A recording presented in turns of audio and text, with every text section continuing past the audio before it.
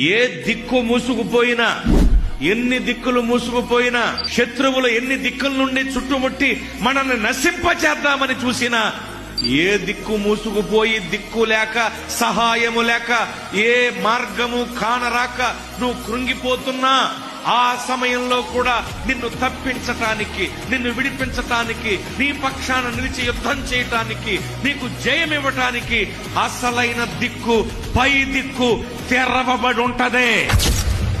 నీవు ధైర్యముగా, ప్రార్థనా పూర్వకముగా, దేవా నీవే మాకు దిక్కని నిలబడితే చాలు. నీ సమస్యపై, నీ శత్రువుపై ఆయన కలబడతారు. నువ్వు నిలబడితే చాలు, ఆయన కలబడతారు. నీ యుద్ధాలన్నీ ఆయన చేస్తారు, జయాలన్నీ నీ జీవితంలో వేస్తారు. ఆయన చేతులెత్తి స్తోత్రం చెబుదాం.